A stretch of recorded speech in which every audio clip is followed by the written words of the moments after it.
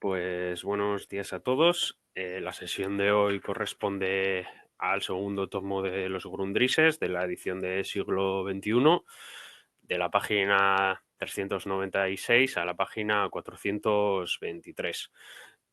Mi presentación va a ser muy breve porque la verdad es que estas páginas en cuanto a contenido me han parecido bastante pobres en el sentido que o que no dice nada nuevo o que lo que dice tampoco me parece especialmente reseñable, o que directamente no dice nada y es un compendio como de citas un poco sueltas, por así decirlo. Pero bueno, pues me he intentado como rescatar algunos comentarios que hace de las citas que hace y luego pues algunas citas que simplemente pone y no comenta nada, pues he rescatado algunas muy pocas, la verdad, que me han parecido interesantes, pero eso, o sea, aunque las páginas sean prácticamente 30 páginas, o sea, lo que es lo seleccionado, pues debido a que eso, que son un montón de citas como un poco coleccionadas confusamente, diría yo, no me parece que tengan mayor relevancia. Vale, pues dicho esto, vamos a comenzar. Una de estas citas, que sí que me ha parecido interesante, está en las primeras páginas y es una cita, bueno, no sé si es Amenivale o esto, pero bueno, la primera cita esta que tiene, que empieza, que es la última línea de la página del 397 y que continúa en la siguiente página, que es el capital como relación social, siguiendo pues con la típica cita esta que se puede decir, que se suele pues decir de que sería de un industrial inglés, iría con todas sus máquinas, sus obreros, bueno, toda su industria en general, pues a una isla perdida en la que pues cada uno puede apropiarse de un terreno de tierra y pues, cultivar, que al día siguiente, pues que cuando se levantaría, pues que no tendría a ningún tipo pues de gente que le sirviera porque no habría esa relación social en cuanto al capital. Entonces, en esta cita, pues viene a decir algo así como pues, lo que tengo puesto en pantalla, que sería que las colonias densamente pobladas, el trabajador libre depende naturalmente del capitalista, porque efectivamente pues no puede, o sea, para sobrevivir la única opción que tiene es pues vender su fuerza de trabajo a ese capitalista. Donde esto no ocurre, esta dependencia natural debe suplirse con restricciones artificiales. Es decir, que pues, en los lugares donde esto no se dé, para que haya esta relación social, pues debe cambiarse o amoldarse artificialmente las relaciones, pues como por ejemplo podría ser en el caso de Inglaterra, pues al principio del capital, pues con la ley en contra pues de la ahora me sale el nombre, pero de los mendigos, etcétera, etcétera. Vale. Luego, pues tiene unas cuantas citas sobre pues, Roma y el principio de la usura y cómo empiezan los pagos en Roma y en la Europa medieval, que no me parecen especialmente reseñables, aunque hay alguna cosa sobre la usura al principio de Roma que a mí me ha llamado la atención en el sentido que creo que bibliográficamente se podría actualizar, pero bueno, que tampoco me parece muy relevante. Si queréis luego lo comentamos, porque ya digo que esto no va a durar mucho. Pero sí que me parece interesante una de las frases que sí que él comenta, que es el dinero pues como atributo individual y como enajenación. ¿Qué es lo que pasa? Pues que él comenta, cuando el dinero es el equivalente general, la general power of purchasing, o sea, es decir, la capacidad general de adquisición, todo es venal, todo es convertible en dinero, pero claro, solo se puede convertir esa cosa en dinero mediante la enajenación, es decir, mediante cuando el poseedor enajena esa propiedad de sí mismo, ya sea una propiedad en forma de mercantil, en el sentido de algo físico tan palpable, como puede ser pues, un estuche, un móvil o unas tierras o un piso, o pues la enajenación de la fuerza del trabajo. Entonces, en ese sentido, eh, todo es enajenable, todo es indiferente al individuo y se convierte extrínseco a él. Luego también, continuando con esta lógica, comenta que, claro, que todas las cosas son valiosas en medidas que las son para el individuo y que mediante esa relación se disuelve el valor autónomo propio de las cosas. Es decir, pues que se disuelve el hecho de que haya pues como un valor intrínseco, por así decirlo, de, pues, de los elementos que son enajenados. Y luego me ha parecido curioso también la reseña de que hace pues de lo que se suele llamar pues, la demanda solvente, ¿no? Que, que sería, por así decirlo, y cómo entra el dinero como atributo individual. Es decir, tú mediante dinero puedes, o puedes enajenar cualquier cosa y convertirlo en dinero, o sea, algo que sea de tu propiedad, o puedes adquirir cualquier cosa por dinero. O sea, incluso no hay, él comenta que no hay ninguna propiedad sacra, él dice, y que es, bueno, de hecho hace un comentario así como curioso que dice que es bastante curioso que en la Edad Media que la Iglesia romana sea la que haya convertido en la principal difusora del dinero. Pero ¿qué es lo que pasa? Que el poder ese de apropiarse de algo, no, ese dinero como atributo individual, depende de la demanda solvente en ese sentido. Depende de que realmente puedas poseer ese dinero o no para ser capaz de que un tercero o un segundo, me da igual, enajene eso que tú quieres. Vale. He finalizado con esto. Hay un montón de citas, o sea, aquí también da un salto bastante largo. Hay un montón de citas que, pues bueno, o sea, me parece que son citas repetidas o que son citas así, o sea, que hay cosas interesantes, pero bueno, no me han parecido especialmente reseñables. Pues comenta a Say, a Coquelin y a unos cuantos, etcétera, etcétera. Y luego se mete con, con Proudhon. Hay una cosa, antes de meterse con Proudhon, aunque bueno, también tiene relación con Proudhon, que ha sido, que es el que, no, aunque no lo metieron en las diapositivas, me llamó la atención, que es el capítulo dedicado entre las páginas 410 y 411 al doctor Price, que me hace mucha gracia el que pues, cita al doctor Price, etcétera, etcétera, y que se puede ver reflejada como lo que él denomina pues las fabulosas lucubraciones del Dr. Price, que dejan muy atrás las fantasías de los alquimistas. Yo creo que se puede ver muy reflejada en ciertos gurús económicos contemporáneos. En el caso del Dr. Price, el truco mágico para hacer dinero en ese sentido sería que el gobierno, porque en este caso está hablando del gobierno, que debería tomar dinero prestado de interés simple, porque pues, no crece exponencialmente, entonces en ese sentido el grado de interés que pagas es menor, pero prestar el dinero al dinero compuesto. Entonces, claro, mediante esos artilugios y esos trucos, donde parecería que por el mero simple hecho de que el capital se valoriza por sí mismo, que pues que con eso pues, sería como la fórmula prácticamente del hacerse rico. Luego también con esto pasa con Proudhon, y con Proudhon a mí lo que me llama la atención, bueno, aparte de que ahora mismo, espera a ver si lo encuentro, espera, que tenía que nuevos apuntar, no lo encuentro.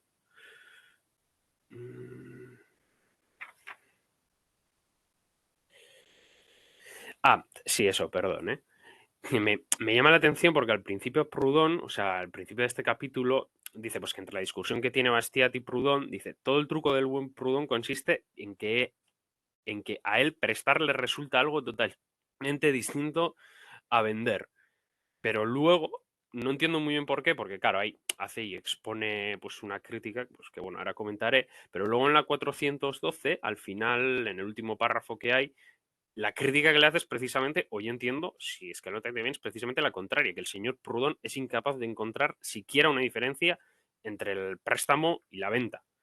Entonces, no entiendo muy bien, o sea, cuál es la crítica. O sea, entiendo que la crítica va como en el sentido de que el problema es que es distinto, pero que luego al desarrollarlo que no encuentra de facto ninguna diferencia si mediante el método que utiliza Marx para el análisis. Entiendo que van por ahí los tiros, pero me parece un poco como un raro. Pero bueno, en general, lo que comenta pues aquí el, el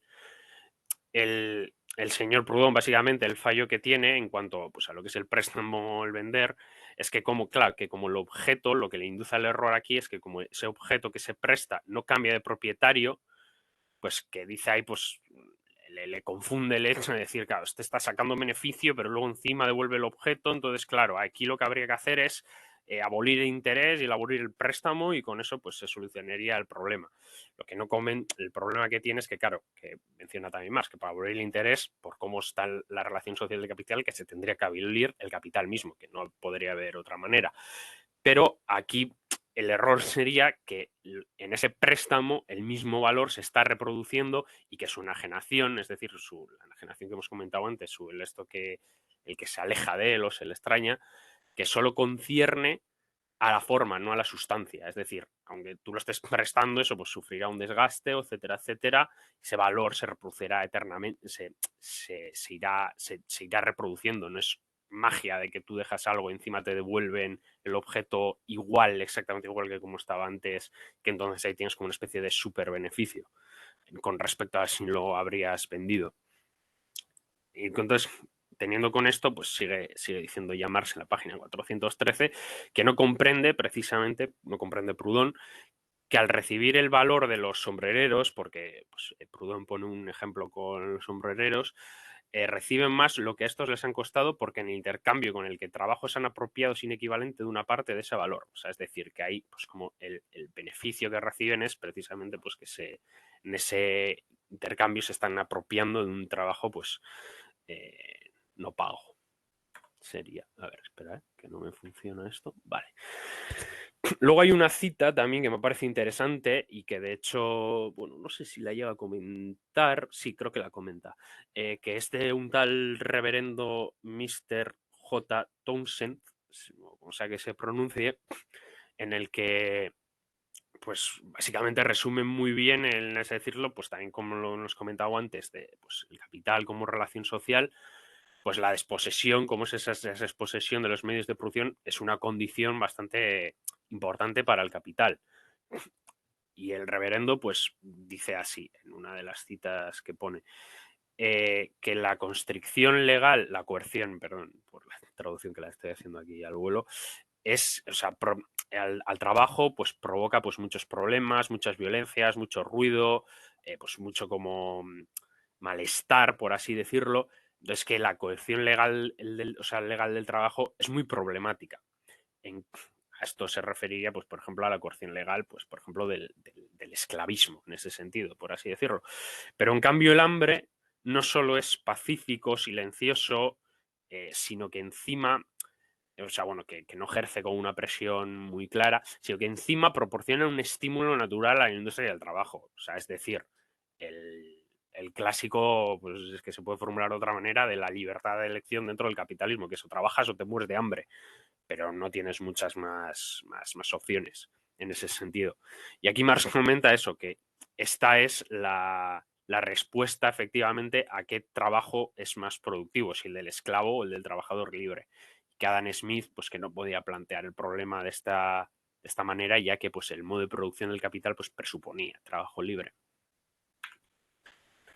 Luego aquí hay una...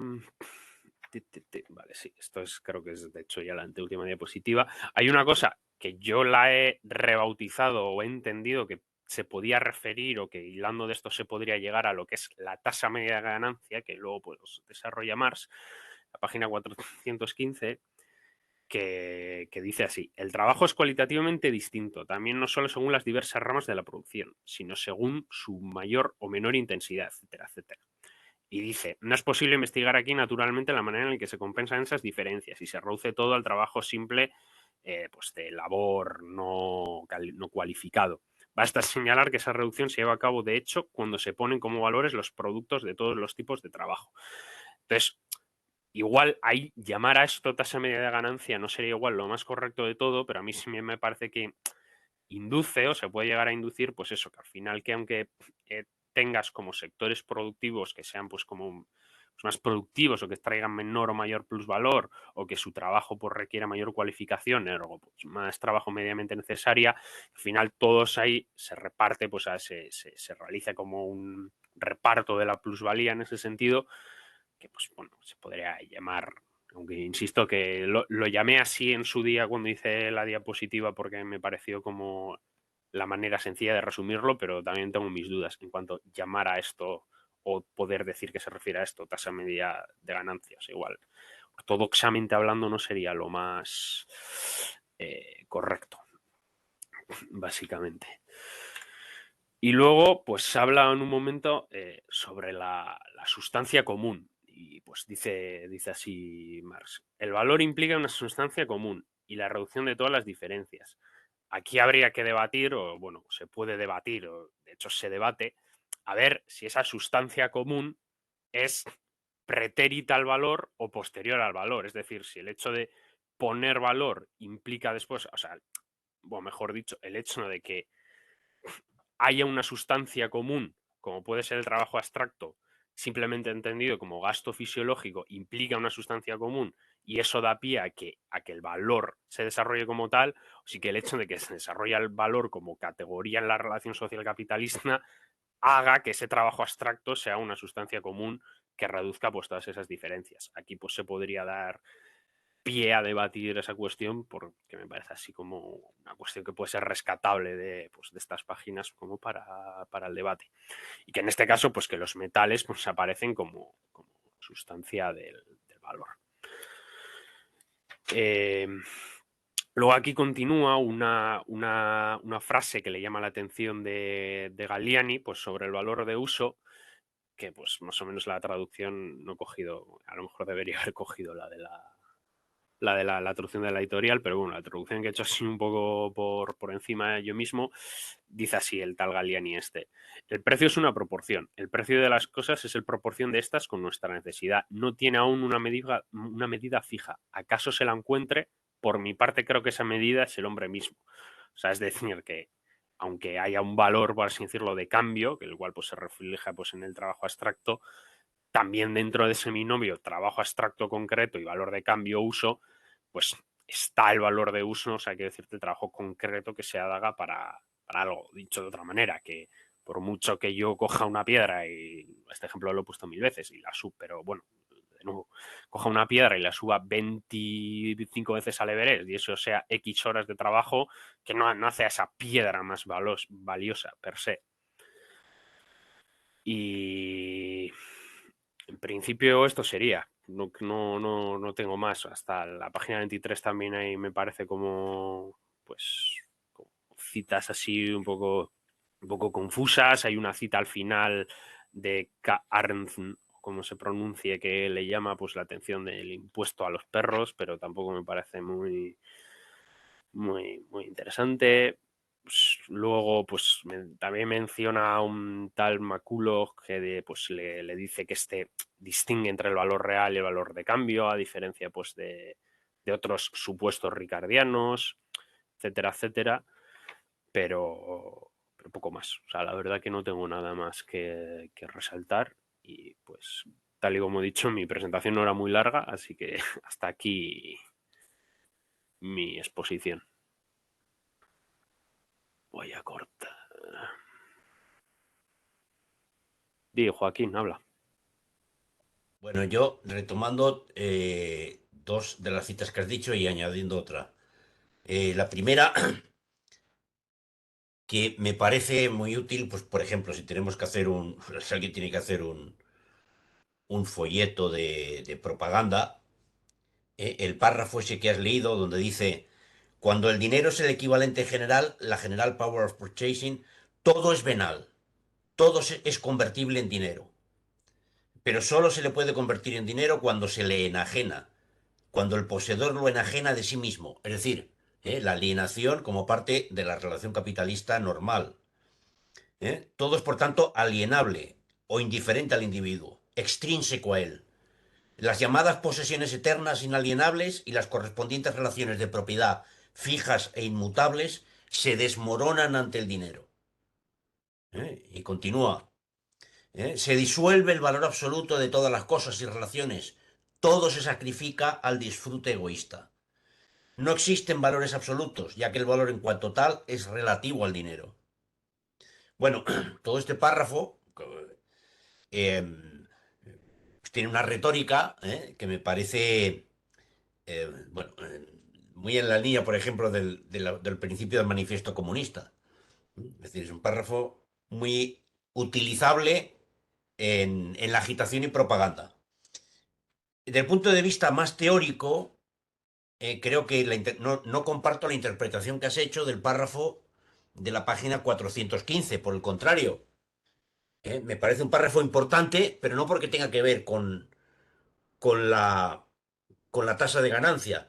Tiene que ver con el problema de la reducción del trabajo complejo al trabajo simple y el contenido teórico del concepto de trabajo abstracto, que aquí todavía no aparece. Y me parece que tal como está redactado por Marx, pues como que le da un pase torero y dice, bueno, esto ya lo discutiremos en otro sitio. No sé dónde lo ha hecho. Dice, no es posible investigar aquí. Dice, pero la reducción del trabajo complejo a trabajo simple. Y dice, bueno, eso se lleva a cabo de hecho. Se lleva a cabo de hecho cuando se ponen como valores los productos de todos los tipos de trabajo. Es decir, los productos de todos los tipos de trabajo se igualan en su valor de cambio. Pero, de hecho, ¿pero dónde está la teoría ahí? ¿Cuál es el procedimiento de reducción del trabajo complejo al trabajo simple? No lo responde, porque dice más adelante, bueno, tenemos el ejemplo del oro californiano. El oro californiano se extrae con trabajo simple, pero se utiliza para pagar trabajo complejo. Y, ¿eh? Sin embargo, con aquel se paga todo tipo de trabajo. Esto se vuelve claro al instante, dice. Pues yo no lo veo tan claro al instante. Es decir, entiendo que el oro de California se extrae con trabajo simple y el oro de California sirve para pagar todo tipo de trabajo. Bien, hasta ahí lo entiendo. Pero no está nada claro, en mi opinión. ¿eh? ¿Cómo se hace la reducción material del trabajo complejo al trabajo simple? Eh, y, y el propio Marx no lo tiene claro porque termina la página diciendo, estas evaluaciones de las diversas calidades del trabajo son aquí completamente indiferentes y en nada afectan al principio. Es decir, bueno, esto es un pequeño lío que ya discutiremos en otro lugar, pero en principio no nos afecta a lo que nos interesa aquí, que es el papel del dinero en la realización de los valores y de todos los productos irreductibles entre ellos que se reducen a través del intercambio mercantil por dinero, etcétera. Sí. Está diciendo que, bueno, que no me lo sé muy bien cómo responder a esto, pero bueno, no afecta a la cuestión fundamental de la que estamos hablando. Y la tercera, que no sé si puede ser interesante o no, son las últimas dos páginas, la página, el último párrafo de la 421 y la 422, donde hace un análisis de tres conceptos: capital, interés y tasa de descuento. Y es una cita del Economist, pero entiendo que Marx,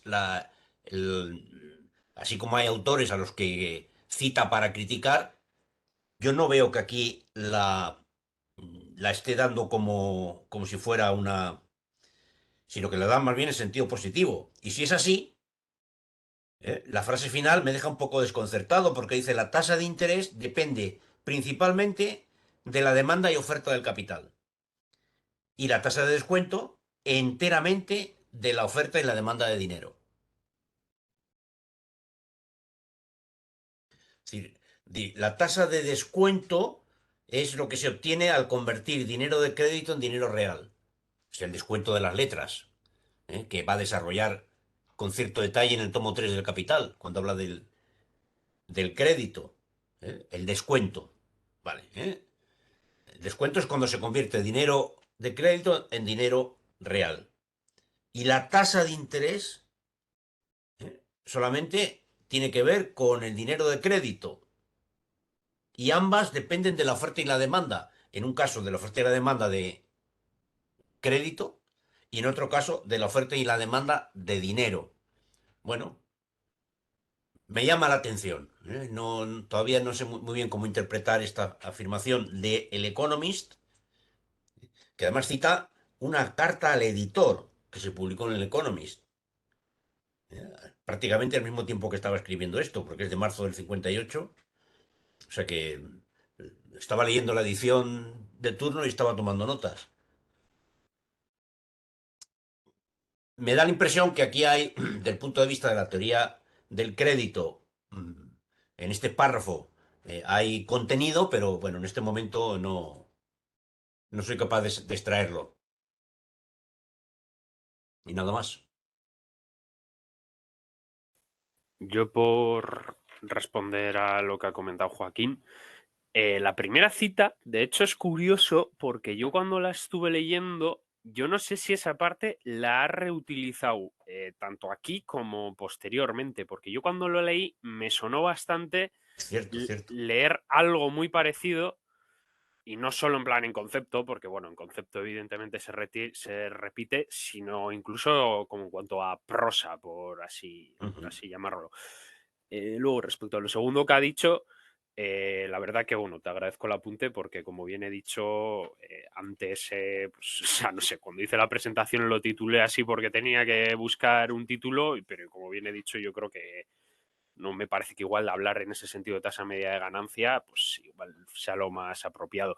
Pero de todos modos, o sea, sí que es verdad que aquí, claro, o sea, Marx da como un patadón para adelante, pero es que precisamente porque es que ni siquiera ha desarrollado el concepto como hemos comentado otras veces, de fuerza de trabajo, etcétera, etcétera. Entonces, Ujú. ese tipo de desarrollos, en todo caso, yo creo que los hace en el capital. Otra cosa es que esos desarrollos o esas explicaciones sean, por así decirlo, satisfactorias o dejen algunas dudas o algunas lagunas.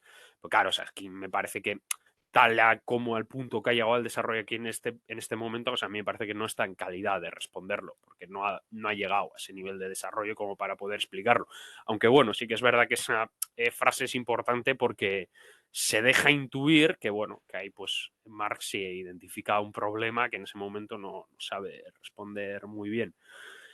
Y luego sobre la tercera cita, a mí cuando lo leí me llamó también la atención, pero no la he incluido, a lo mejor sí que debería haberla incluido, es que como muchas otras citas, es que hay un montón de citas que están como sueltas y yo esto, claro, por cómo me lo imagino, por el carácter de borrador y por alguna vez que he visto como que las han hecho entrevistas a la gente que anduvo pues trabajando en la Mega y etcétera, etcétera, o en la nueva y en la vieja, me refiero.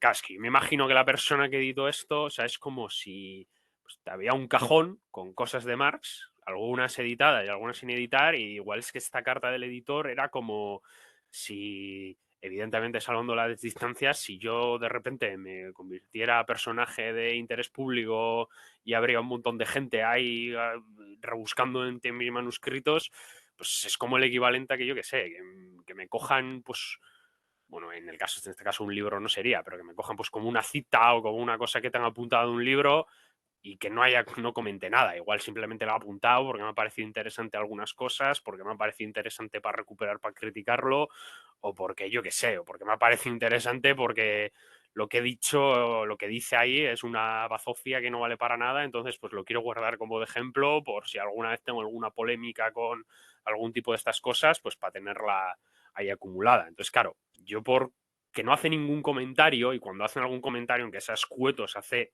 comentarios escuetos, como por ejemplo en el caso del Maculo que simplemente dice, bueno, distingue entre valor real y valor de cambio. Entonces, entiendo ahí en ese sentido que, por ejemplo, a McCulloch sí que lo cita favorablemente en ese sentido. A Proudhon, por ejemplo, evidentemente le cita negativamente.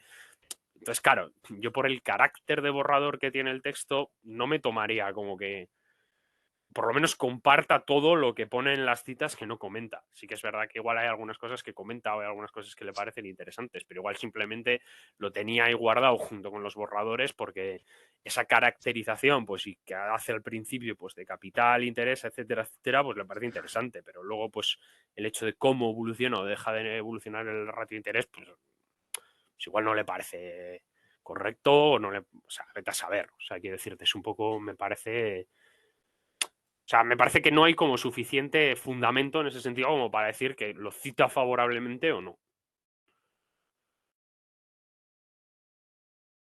Vale.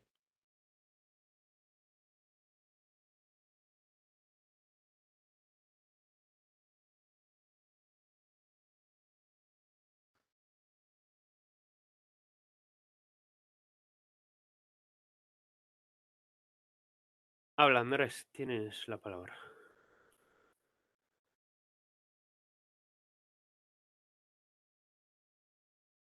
Tienes el micro cerrado, Andrés. No sé si quieres decir algo, como has levantado la mano. Perdón, que lo tenía Vale, cerrado. sí, sí, nada. Vale. Has comentado ya en la página 404, 405, que comentaste y en la diapositiva que que ponía el dinero como atributo individual y como enajenación. Entonces, vamos, tengo una duda, no lo interpreto bien esto. Al final de la página 404 voy a empezar a leerlo y después lo comento concretamente lo que quiero decir. Dice ya casi al final, ¿no? En la cuarta línea por ahí, al final, por lo demás, en la 404. Puesto que el dinero mismo solo está en la circulación y se intercambia nuevamente por disfrute, etcétera, y me paso ya a la 405, todas las cosas solo son valiosas en la medida en que lo son para el individuo. Con ello se disuelve el valor autónomo de las cosas, salvo en la medida en que el mismo consiste en su mero ser para otros, en su relatividad, en su intercambiabilidad. Se disuelve el valor absoluto. Entonces, está utilizando aquí dos conceptos, o bueno, o dos términos, ¿no? O valor autónomo y valor absoluto. Se puede interpretar como que es lo mismo, y por otra parte me surge la cuestión de valor autónomo, si está refiriendo al valor de uso, o también, yo qué sé, como podríamos decir, la carga de hegeliana que tiene, ¿no? Los Grundrisse, pues no sé si está refiriendo al valor para sí como valor autónomo, porque después dice, salvo en la medida en que el mismo consiste en su mero ser para otro. Bueno, me suena como un poco el lenguaje hegeliano, no lo sé. Y otra cosa que se comentó, que está relacionado con esto un poco, que se comentó en el WhatsApp, he visto que el libro de Uchida se va a traducir. Pero resulta que he visto una foto de la portada y la contraportada, bueno, no sé si viene bien esto al caso, pero he visto en una foto en la portada y la contraportada ya traducido. Pero pregunto si se sabe si está ya traducido y se puede adquirir o todavía no. Era eso. Vale, pues por responder en orden inverso, porque es más fácil. La traducción del libro yo creo que no está hecha todavía. O sea, no sé en qué grado de esto la tendrán. Intuyo que si la han anunciado, pues estará ya en fase de, pues, o que la traducción está hecha y falta maquetarlo, que tampoco es moco de pavo, o que falta, pues no sé, pero que vamos, que no creo que tarde más de un año o dos en ese sentido en salir, pero no está todavía disponible mediante yo sé, hasta donde yo sé, perdón, el pues el tomo.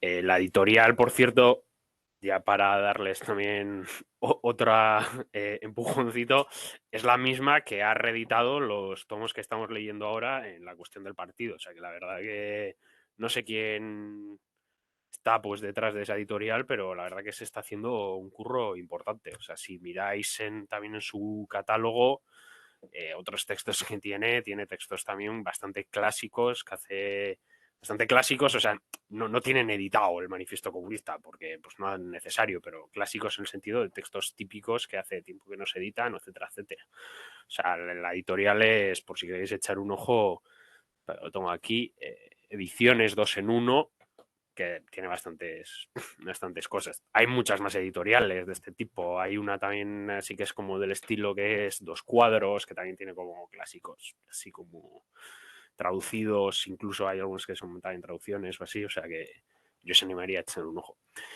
Y con respecto a la otra pregunta,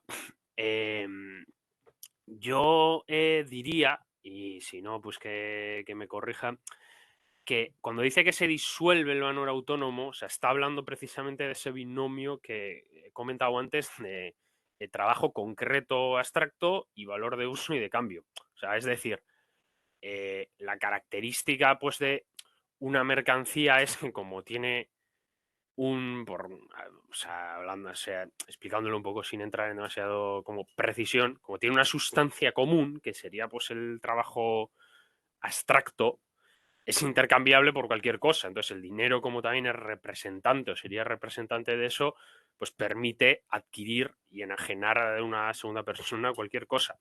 Pero claro, es lo que mismo que hemos dicho antes. Esa sustancia no es, por así decirlo, independiente de simplemente cuánto trabajo abstracto he metido en una mercancía sin tener en cuenta ningún contexto.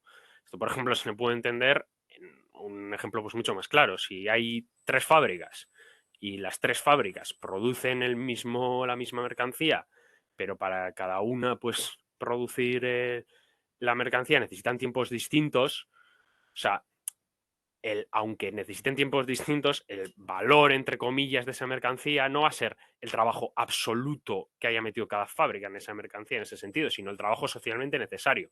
Entonces ahí, en ese sentido, se disuelve el valor autónomo en el sentido de que simplemente el valor, las cosas tienen valor por sí mismas porque tienen trabajo abstracto, sino que tienen que ser introducidas, joder, madre mía, lenguaje inclusivo para las mercancías, tienen que ser introducidas, perdón, dentro de una relación social que es el capital, y dentro de una relación social y una producción que es social. Entonces las cosas están mediadas pues precisamente por ese trabajo socialmente necesario. Esto es una cosa que yo creo que a veces, por ejemplo, en Marx se suele como pasar del alto, que no es trabajo socialmente necesario. Entonces yo creo que en ese sentido es a lo que se refiere. O sea, no diría que son sinónimos absoluto y lo otro no sé, no me acuerdo cuál era, y autónomo. Bueno, sí, en el justo el absoluto autónomo sí que se podrían considerar sinónimos. O sea, lo de relativo, claro, se refiere a relativo a, pues, dónde se inserta eso, pues dependiendo pues de cómo esté pues desarrollada la técnica pues para producir ciertas cosas o no. O sea, a grandes rasgos yo diría que se refiere a eso. No sé si alguien más tiene algo que añadir. Bueno, a mí me llama la atención, y en el mismo sentido que Andrés, si lo vemos, recordemos que el capital para Marx es un concepto fundamental, es el concepto fundamental, porque es una realidad que se pone a sí misma. Es decir, que el capital es autónomo respecto a todas sus determinaciones. El capital se pone y pone la realidad que lo... Y sin embargo el valor no. Aquí dice que el valor capitalista, el valor en el capitalismo es puramente relativo. No es absoluto ni autónomo. No sabe, me da la impresión que sí, pero no estoy seguro si autónomo y absoluto son equivalentes.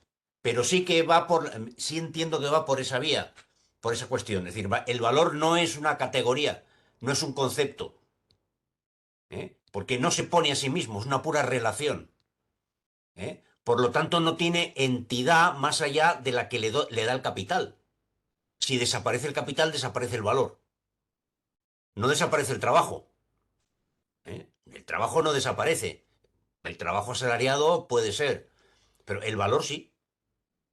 Queda el valor de uso, el valor no conmensurable, el valor específico de cada objeto que satisface una necesidad específica. Entonces, creo que sí, aquí sigue siendo bastante hegeliano, pero precisamente para decir, para degradar lo que podríamos llamar el nivel de la categoría valor, respecto a otras como el capital, por ejemplo.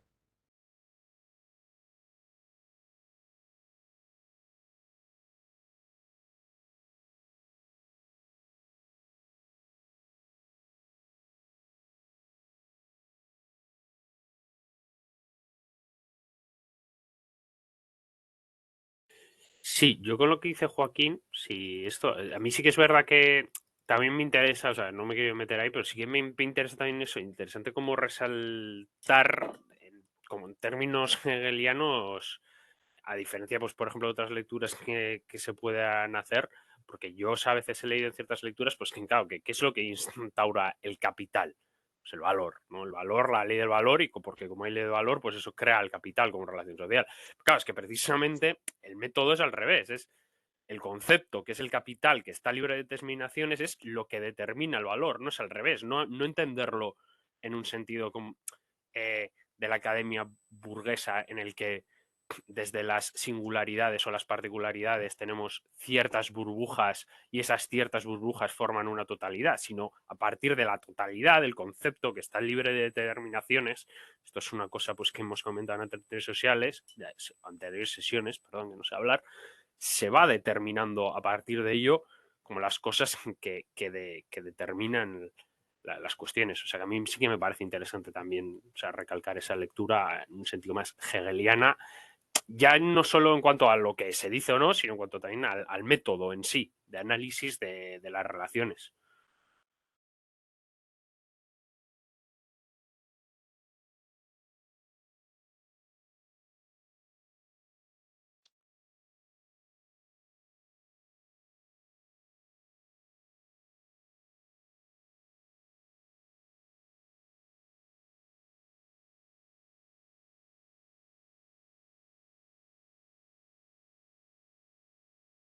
Vale, pues no sé si alguien más tiene algo que comentar o que decir. Joaquín tiene el micro abierto, no sé si es que no se lo está cogiendo y no quiere decir algo o es que... Vale, lo acaba de No, decir. es que estaba buscando, lo que pasa es que no lo encuentro.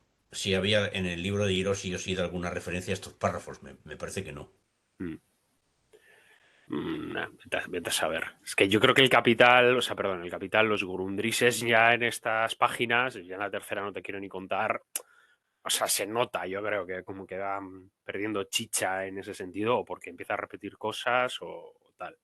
Pero bueno, a ver qué tal acaban las páginas que quedan.